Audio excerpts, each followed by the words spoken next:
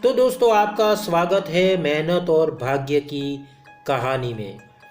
किसी छोटे से गांव में मोहन नाम का एक युवक रहता था। मोहन बहुत मेहनती था, परंतु उसकी किस्मत उसके साथ नहीं थी। चाहे वह कितना भी मेहनत कर ले, उसे सफलता नहीं मिलती थी। गांव के लोग उसे ताना मारते थे और कहते थे, तू कितना भी मेहनत कर ले, जब तक भाग्य साथ नहीं है कुछ नहीं होगा। मोहन चुपचाप सब सुनता और अपने काम में जुटा रहता था। मोहन एक किसान था। उसके पास थोड़ी सी जमीन थी जिस पर वह खेती करता था।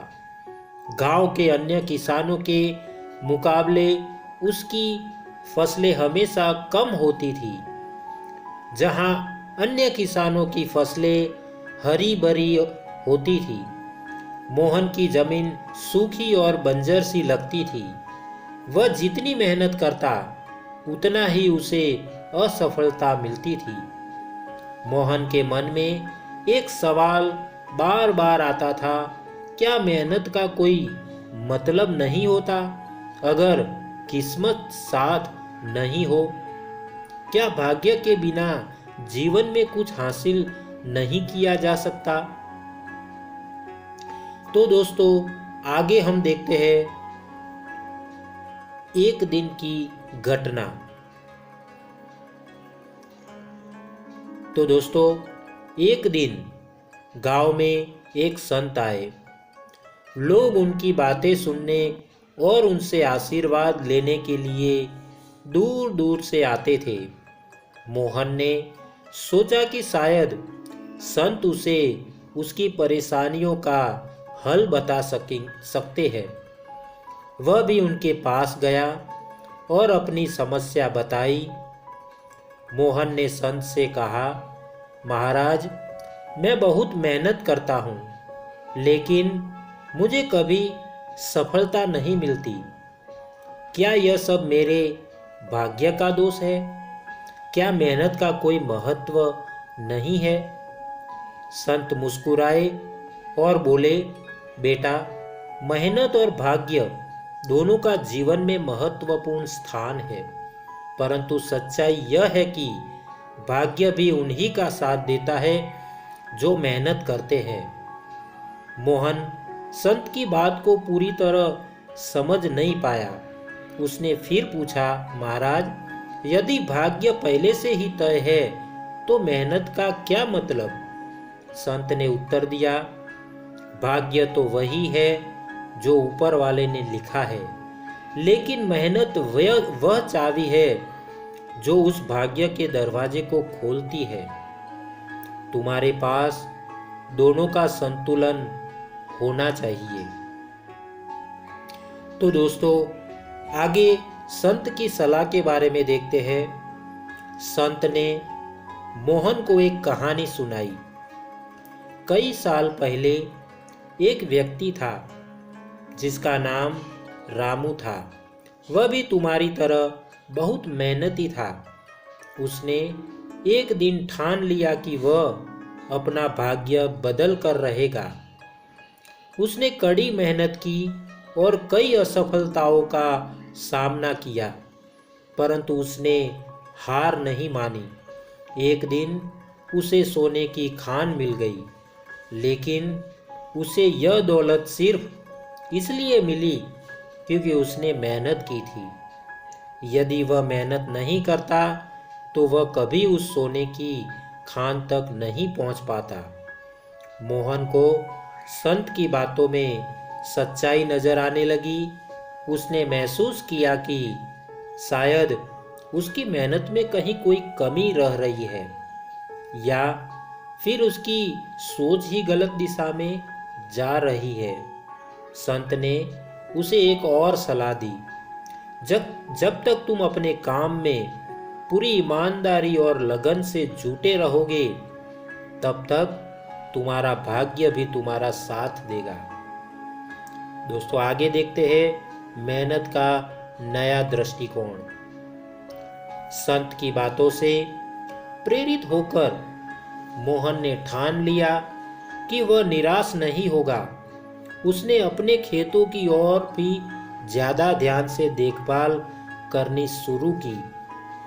अब वह हर काम सोच समझकर और योजना बनाकर करता। उसने यह भी सोचा कि केवल मेहनत ही नहीं बल्कि सही दिशा में मेहनत करनी भी जरूरी है। मोहन ने नए तरीके से खेती करने की योजना बनाई। उसने गांव के सबसे बुजुर्ग किसानों से सलाह ली जो खेती के नए पुराने तरीकों में निपुण थे। उन किसानों ने उसे समझाया कि फसल की मिट्टी, बीज और सिंचाई का सही तरीका क्या होता है। मोहन ने उनके बताए तरीकों को अपनाया और धीरे धीरे उसने देखा कि उसकी फसलें पहले से बेहतर होने लगी। यह देखकर उसकी मेहनत पर उसका विश्वास और मजबूत हो गया। और दोस्तों, आगे एक और चुनौती के बारे में देखते हैं। लेकिन मेहनत के बावजूद मोहन के सामने एक और चुनौती आई। उस साल गांव में सूखा पड़ा।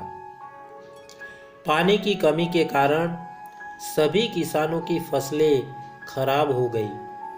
मोहन को भी लगा कि उसकी सारी मेहनत बेकार चली जाएगी, पर उसने हार नहीं मानी।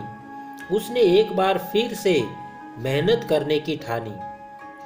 वह नहर से पानी लाने के लिए दिन रात एक करता रहा। गांव के अन्य किसानों ने उसे देखा और उसका मजाक उड़ाया। उन्होंने कहा, तू पागल हो गया है, जब बारिश नहीं हो रही है तो तू नहर से क्या पानी लाएगा। लेकिन मोहन ने उनकी बातों पर ध्यान नहीं दिया। वह नहर से पानी लाने के लिए अपने सारे साधन और प्रयास जुटाकर लग गया। कुछ ही दिनों में वह अपनी फसल को बचाने में सफल हो गया। जब अन्य किसानों की फसलें सूख गई, मोहन की फसल हरी भरी खड़ी थी। अब लोग उसकी तारीफ करने लगे। और दोस्तों, आगे हम भाग्य का क्या साथ मिलता है उसके बारे में देखते हैं। उसकी मेहनत देखकर गांव के बड़े व्यापारी ने उसकी फसल खरीदने का प्रस्ताव दिया। मोहन को अपनी मेहनत का फल मिल चुका था।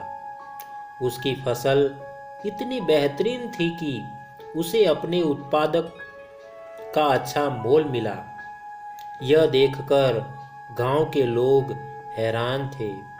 उन्हें समझ नहीं आ रहा था कि आखिर कैसे मोहन की किस्मत अचानक से बदल गई। वे संत की बात को अब समझने लगे थे कि मेहनत ही वह चाबी है जो भाग्य के दरवाजे को खोलती है। मोहन की मेहनत और समर्पण का फल उसे मिला और धीरे धीरे उसकी जिंदगी बदलने लगी। वह अब गांव के सबसे सफल किसानों में से एक बन गया। लोगों ने उससे प्रेरणा लेना शुरू कर दिया और अब वे भी समझ चुके थे कि मेहनत का कोई विकल्प नहीं होता। भाग्य सिर्फ उनका साथ देता है जो मेहनत करते हैं। तो दोस्तों, आखिर में निष्कर्ष के बारे में देखते हैं। मोहन की कहानी ने पूरे गांव को यह सिखा दिया कि मेहनत और भाग्य दोनों का जीवन में महत्वपूर्ण स्थान है। भाग्य सिर्फ उन्हें ही मिलता है जो अपनी मेहनत से उसे पाते हैं। अगर मोहन ने भी भाग्य के भरोसे बैठकर हाथ पर हाथ धरे रखा होता तो शायद वह भी अन्य किसानों की तरह असफल रहता। लेकिन उसकी मेहनत और दृढ़ निश्चय ने उसके भाग्य को बदल दिया। इस कहानी से हमें यह सीख मिलती है कि मेहनत ही वह साधन है जिससे हम अपने भाग्य को सुधार सकते हैं। भाग्य का काम हमारी मदद करना है, लेकिन यह मदद तभी मिलती है जब हम खुद अपने लिए प्रयास करते रहे या करते हैं। तो दोस्तों, आज के लिए इतना ही। फिर मिलेंगे एक और नई कहानी के साथ। तब तक के लिए आप सबको हमारा धन्यवाद। धन्यवाद। जय हिंद। और हाँ दोस्तों, शेयर करना और सब्सक्राइब करना मत भूलना। मिलते हैं एक और नई कहानी में।